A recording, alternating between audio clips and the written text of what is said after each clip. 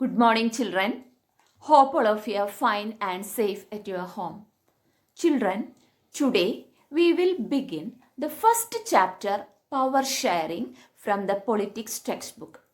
Children, we noted last year that in a democracy, all power does not rest with any one organ of the state.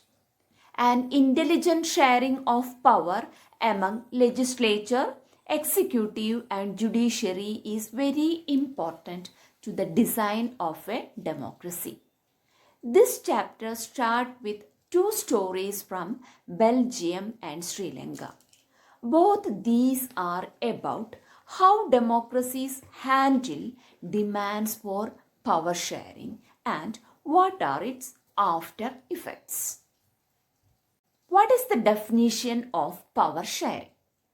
Power sharing is a system of political arrangements in which power is shared between different organs of the government, between different levels of the government, between different social groups, and between different political parties, pressure groups, and movements. At first, we will discuss about Belgium. Belgium is a small country in Europe. It is smaller in area than the state of Haryana. It has borders with Netherlands, France and Germany. It has a population of a little over 1 crore, about half the population of Haryana. But the ethnic composition of this small country is very complex. Then what do we mean by the term ethnic? Ethnic means a social division based on shared culture, means subgroups in the population. Here, the ethnic composition of this small country, Belgium, is very complex. Now, let's check the ethnic composition of Belgium. Children, look at the map of Belgium. The northern part of the Belgium is the Flemish region. Of the country's total population, 59% lives in the Flemish region and speaks Dutch language. Another 40% people live in the Wallonia region and speak French. Remaining 1% of the Belgians speak German. But in the capital city, the situation is opposite. Children, which is the capital of Belgium? Yes, Brussels is the capital of Belgium. Here, 80% people speak French, while 20% are Dutch speakers.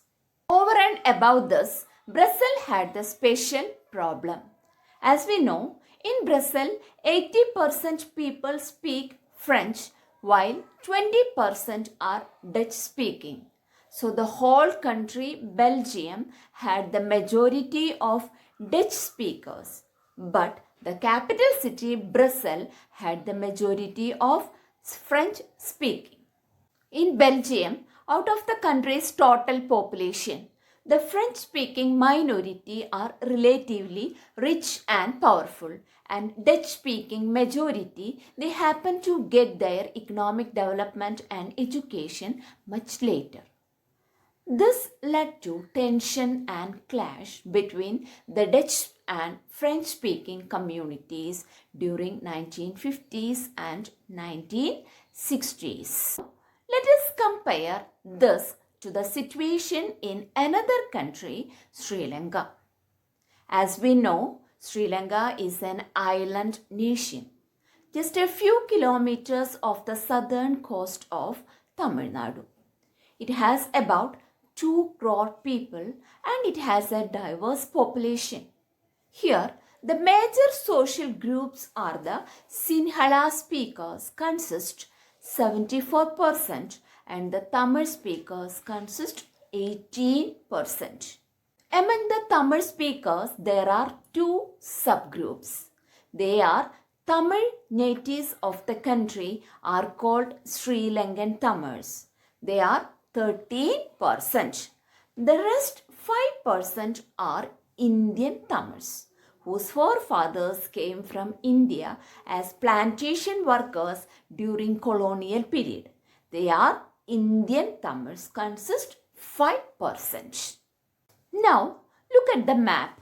Here the Sri Lankan Tamils are concentrated in the north and east of the country.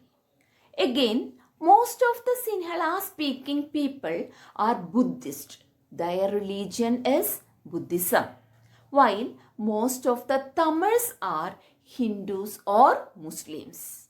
There are about 7% Christians who are both Tamil and Sinhala speakers.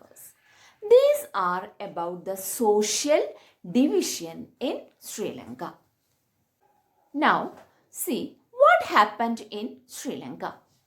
Sri Lanka emerged as an independent country in 1948. We already discussed that Sinhala speakers are the major social group in Sri Lanka and most of the Sinhala speaking people are Buddhist. So after getting independence from their colonial masters, the leaders of the Sinhala community sought to secure dominance over government by the status of their majority.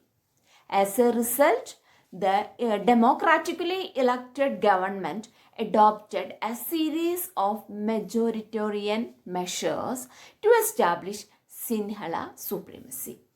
So what happened in Sri Lanka? Sri Lankan government adopted majoritarian measures to establish Sinhala supremacy over Tamils. Let's discuss what were the policies adopted by the Sri Lankan government to establish Sinhala supremacy and what were its after effects. Before that, what is the policy of majoritarianism? It is a belief that the majority community should be able to rule a country in whichever way it's want by disregarding the wishes and needs of the minorities. Now, see the majoritarian measures. In 1956, an act was passed to recognize Sinhala as the only official language and thus they disregard Tamil speakers. Again, the government followed preferential policies that favored Sinhala applicants for university positions and government jobs. And the new constitution stipulated that the state shall protect and foster Buddhism. Then, what were the after effects of this majoritarian policy? All these government measures coming one after the other gradually increased the feeling of alienation among the Sri Lankan Tamils. They felt that none of the major political parties led by the Buddhist Sinhala leaders were sensitive to their language and culture. They also felt that the constitution and government policies denied them equal political rights, discriminated against them in getting jobs and other opportunities, and ignored their interests. As a result, the relation between Sinhala and Tamil communities strained over time. As a result, the Sri Lankan Tamils launched parties and struggles for the recognition of Tamil as an official language, for regional autonomy and equality of opportunity in securing education and jobs. But their demands were denied. By 1980s, several political organizations were formed demanding an independent Tamil state in northern and eastern parts of Sri Lanka. This created widespread conflict and it soon turned into a civil war. Then what is civil war? A violent conflict between opposing groups within a country that becomes so intense that appears like a war is called civil war. As a result of the civil war, thousands of people of both the communities have been killed. Many families were forced to leave the country as refugees, and many more lost their livelihoods. And the civil war had caused a terrible setback to the social, cultural and economic life of the country. This is how Sri Lankan government handled the problem of ethnic diversity, and this majoritarian policy is against the spirit of democracy. Now, let's discuss about the topic accommodation in Belgium. This is about how the Belgian government tackled the problem of ethnic diversity. Here, the Belgian government took a different and good path. They recognized the existence of regional differences and cultural diversities. For that purpose, between 1970 and 1993, they amended their constitution 4 times so as to work out an arrangement that would enable everyone to live together within the same country. Now, let's discuss about the Belgium model of power sharing to overcome the problem of ethnic complexity. At first, Constitution prescribes that the number of Dutch and French-speaking ministers shall be equal in the central government.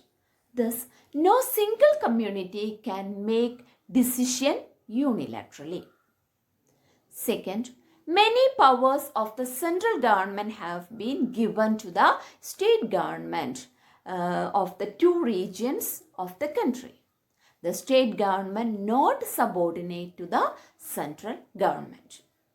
Next, the capital city Brussels has a separate government in which both the communities, means the French and the Dutch, have equal representation. Again, the next point is, apart from the central and the state governments, there is a third kind of government, that is community government. This community government is elected by the people belonging to the language communities, that is Dutch, French and German speaking, no matter where they live. This government has power regarding cultural, educational and language related issues.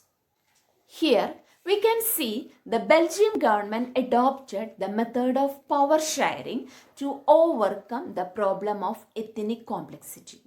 It helped to avoid civic strife between the 2 major communities and a possible division of the country on linguistic lines.